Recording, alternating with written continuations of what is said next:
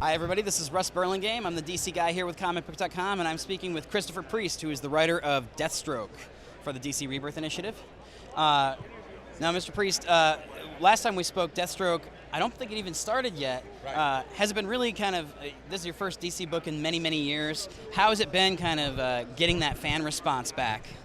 It's been very gratifying. I was really kind of hiding under my desk about Deathstroke because there's a lot of people who really like Deathstroke. So we have two different levels of fans. We have fans that liked what I do or what I did on Black Panther or Quantum and Woody or something like that.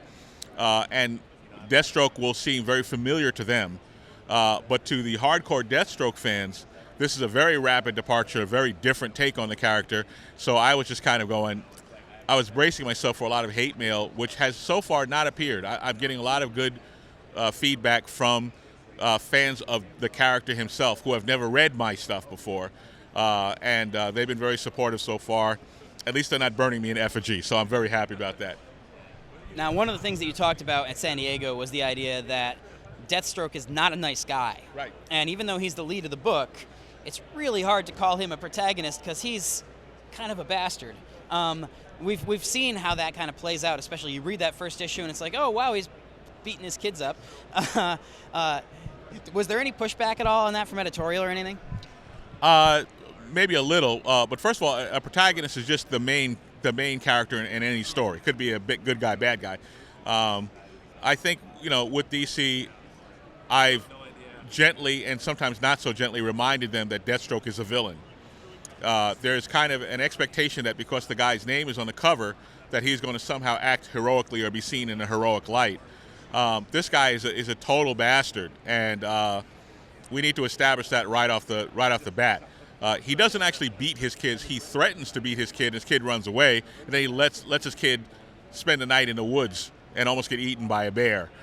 So that's kind of who Deathstroke is, and I wanted to just establish that right from the get-go, before the powers, before the costume, before the sword, just who this man is this deeply kind of dysfunctional, warped sort of character, and he does mean things, not just to people he's contracted to do mean things to, but also to his friends and family.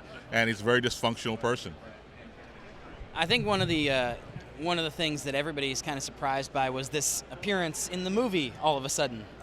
Did you have any inkling that was going on when you came on board? Did you know that there's going to be a million new eyes on Deathstroke #2 because all of a sudden everybody knows he's in the movies? No, I had no sense of it. I'm not sure even if DC had a sense of it.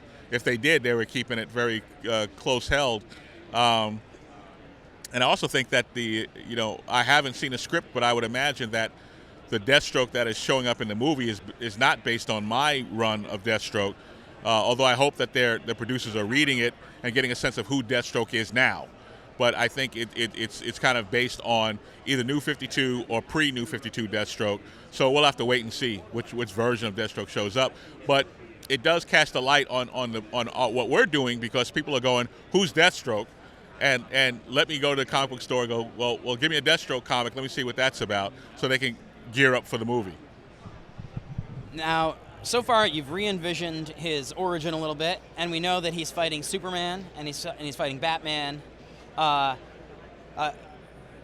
do you kind of address the fact that people in the DC universe feel the need to stop this man without having it be every month some superhero comes in and starts to pick a fight? That's actually what the initial arc is about, the professional arc. It's called The Professional. It's really about vengeance versus justice, or vigilantism versus justice. And there's a line in the book that says, Deathstroke is the price we pay for justice.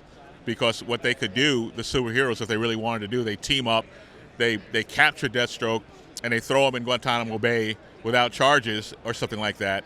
But in reality, to be a hero means that you let the criminal justice system work. And with a guy like Deathstroke, he has enough money to hire an army of lawyers, and he's very good at not getting caught or not leaving fingerprints and not being, leaving evidence of what he does. So the whole point of the arc, and in particular the encounter with Superman, is, in fact, Superman is challenged by other people saying, why aren't you working night and day to lock this guy up? And that story is about Superman locking this guy up, but he has a choice. He can either blast him into outer space, or he turns him over to a judge, and that's what Superman would do, is turn him over to a judge. And then, what happens after that, Deathstroke knows how to work the system, let's put it that way. Now, last thing I wanted to ask, you're working with some very, very talented artists on this book. When you're putting together the script, is it basically the same process as every other book you've ever done, or are you playing to somebody's strengths specifically? It's probably a little bit of both.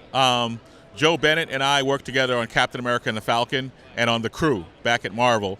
So Joe and I, we worked together a lot. I lobbied very hard to get him on this book. I enjoy the heck out of working with him. There's a bit of a language barrier because Joe, he's Brazilian, so he speaks Portuguese. His English is pretty good, but not perfect. So every now and then, something shows up in the book, and I go, "Why is he holding a banana? What, you said banana." I said, "No. I said machine gun. And then Carlo Pagulayan. This is my first time working with him. Joe is more of a cartoonist, and Carlo is more of a fine artist. So you get more of a Neil Adams sort of photographic realism with Carlo. So Joe has a lot more energy, and it's more toward animation. So I've got kind of the best of both worlds here. Carlo's stuff is absolutely amazing. I hope the Superman office doesn't steal him. He does maybe the best Superman I've seen in years. It's an unbelievable Superman, and his clash with Deathstroke. It's all this cat and mouse game with Deathstroke is just wonderful. I feel really blessed. So when I know the script is going to Joe, yes, I will play the stuff that I know Joe's going to do very well. If I know it's going to Carlo also works with Larry Hama of G.I. Joe fame and Wolverine fame, and Larry does like little thumbnail layouts and so forth. So Larry was one of my mentors. He's the guy who taught me the business. So I always get a little nervous because I'm writing a script that I know is going to go onto Larry's desk, and I don't want to get the phone call with Larry going, this really sucks, So I'm just, but Larry's doing a great job, and if I know where the script is going, I will kind of tailor it to those strengths and weaknesses.